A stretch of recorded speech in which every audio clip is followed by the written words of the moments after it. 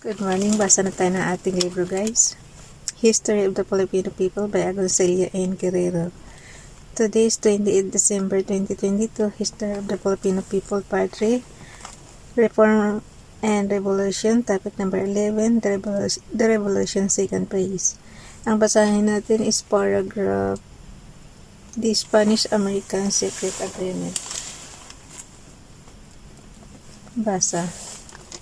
The Spanish-American Secret Agreement, the first American reinforcements. Dewey had been waiting for arrival on June 30, 1898, under the command of General Thomas Anderson. On July 17, the second reinforcements, headed by General Francis B. Greene, arrived.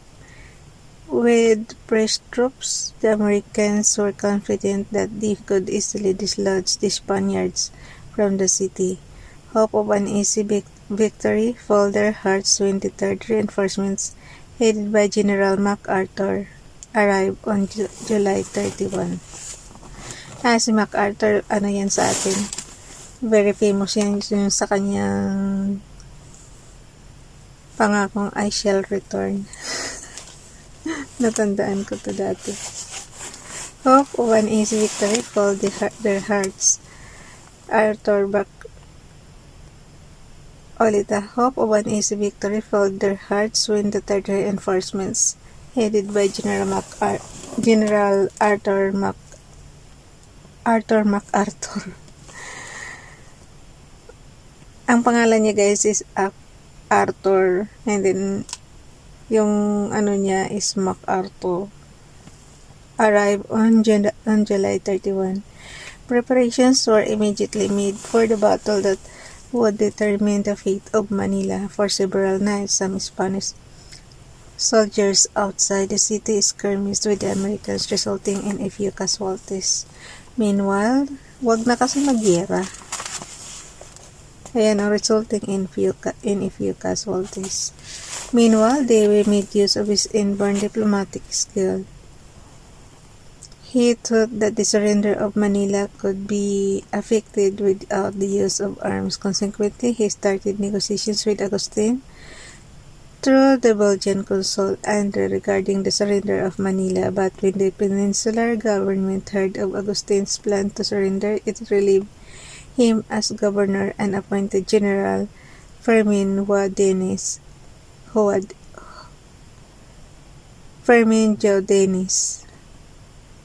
in his stead. Jaudenis, like Agustin, believed that the Spanish position was hopeless in the face of a superior enemy, and in the face of the Filipino rebels. To save face, he insisted that to satisfy the Spanish code of honor, there should be a mock battle, after which the Spanish armed forces would surrender.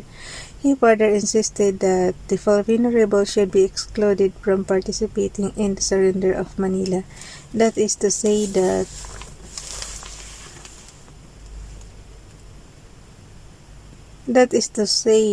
they should not be allowed to enter the city.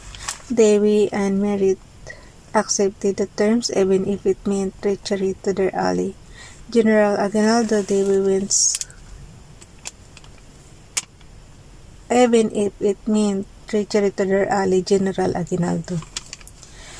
They went so far as to promise to hold back the Filipino troops while the mock battle was being enacted. This agreement between Jaudenis on one hand and Dewey and Merritt on the other was so secret that no one else in either camp knew of its existence. Beginnings of the Filipino-American Rift. At the time that Dewey was waiting for reinforcements, Aguinaldo and his forces were laying siege to Manila. The situation was favorable to the Americans, for they did not have to be on the lookout to any hostile Spanish maneuver, since the job of watchdog was being done by their Filipino allies. It was Dewey's policy not to brook an armed conflict with the Spaniards until after the arrival of the reinforcements.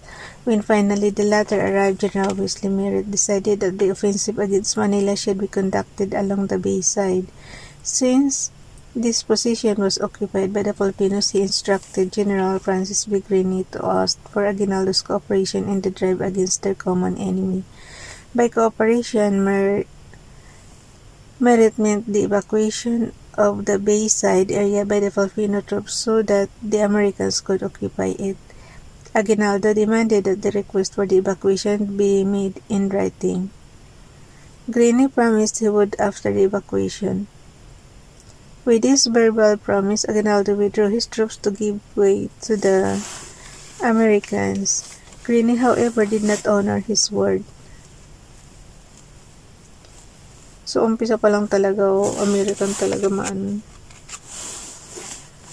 Greene, however, did not honor his word. The continuous stream of American reinforcements worried Aguinaldo no end. He wondered why, in spite of the fact that the Spaniards were then at the mercy of the Filipino troops, American reinforcements continued to pour on in numbers. His suspicions of ultimate American intentions, however, he kept to himself, but other Filipino military leaders were harboring the same suspicions. General Artemio Ricarte, for example, expressed his doubts as to American intentions and warned Aguinaldo to be careful because it seems that the Americans want to pull us. General Pio del Pilar also unburdened himself of the same feeling to Aguinaldo and suggested that batteries be mounted in certain places to prevent the Americans from passing through them. Meanwhile, the Americans began to improve their positions with this advantage and the fact that Dewey and Merritt had already made a secret agreement with the enemy regarding the exclusion of the Filipino troops from the walled city. The Americans became more and more secure in their improved positions. So secure were they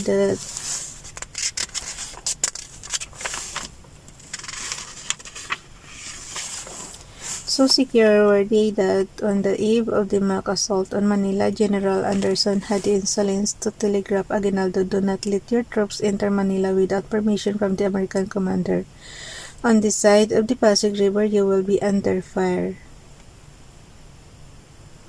Such an attitude served to increase Aguinaldo's suspicions of American intentions. What began was a friendly alliance worsened into silent hostility. The mock battle of Manila. The assault on Manila was to have begun on August 10. Bad weather, however, delayed the planned action. On August 7, Dewey and Merritt issued a joint ultimatum to João Dennis, telling him to evacuate the non-combatants to safe places as the American land and naval forces would start operations against the defenses of Manila.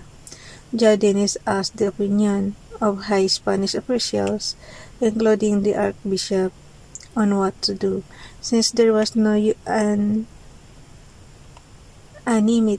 of opinion, he waited till the next day to give his answer. Another ultimatum was issued to him on August 9, asking him to surrender the city and his forces. João Dennis asked for sufficient time to consult with his government, but Dewey and Merritt turned down the request. The morning on August 13 was dark and heavy with clouds. Then the rains poured and drenched the soldiers. The Filipino troops, armed to the teeth, positioned themselves on the right flank of General MacArthur, ready to rush into the fray. Despite requests from General Anderson not to advance his troops when the attack commenced, Aguinaldo stood pat on his decision to participate in the assault on Manila. The plan of attack was for Dewey's ships to bombard Fort San Antonio Abad. General Greene was to advance from the direction of Malate, while General MacArthur was to attack from the direction of Singalong. At 9:30 in the morning, the Olympia began the bombardment of the Spanish positions in the fort, followed a little A little later by the other warships. Greene began his advance almost an hour later, while Arthur commenced his advance about 11 a.m. The Filipino troops then moved in closer to the walls of the city. There was a short display of fireworks on the side of the enemies. The Spaniards hoisted the white flag of surrender at the southwest bastion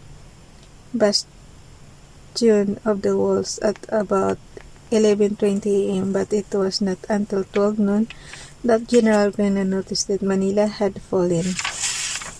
Pero ano lang yan, guys. Tingnan mo naman, may secret secret agreement ng Spanish at American. So kumbaga sa pinag-usapan na nila yan bago sumurrender. Ba't kailangan pa magkaroon ng stage na pag yung kunwari naglalaban pa rin sila pero may usapan na mag-surrender ang Spaniard sa American. Talaga lang naman. Ay nako. Para lang tuloyin yung mga Pilipino niyan. Sandwich. Okay. Dito na tayo sa ayan na nakalagay. Do not let your troops enter Manila without permission from the American commander. On the side of the Pasig River, you will be under fire.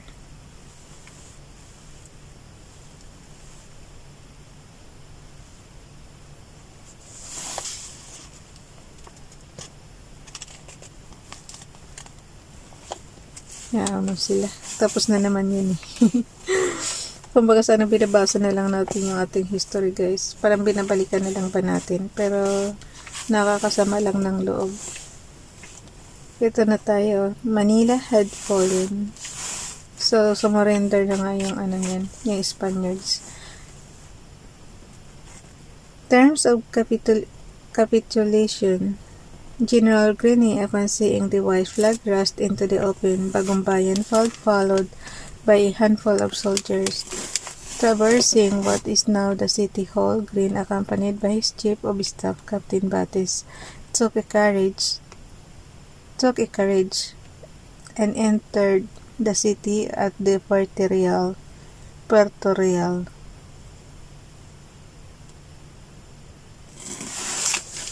And entered the city at the Puerto Real. He was on his way to the Ayuntamiento to confer with General Jaudenes. Meanwhile, Admiral Dewey sent his flag Lieutenant Bromby as his representative to the surrender negotiations. Merritt, on the other hand, personally went to the Ayuntamiento to negotiate the surrender of Manila. It was about 5 in the afternoon when the terms of capitulation were agreed upon by both sides. By the terms of the agreement, the Spanish authorities agreed to surrender the Spanish troops and the Filipino volunteers found inside the walled city. The Americans, on the other hand, agreed to safeguard the city, its inhabitants, its churches, and religious worship.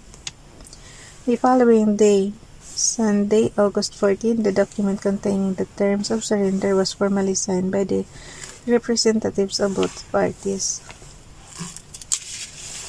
Hanggang dito na lang tayo, guys. Bukas na yung The Protocol of Peace. Bye everyone. God bless.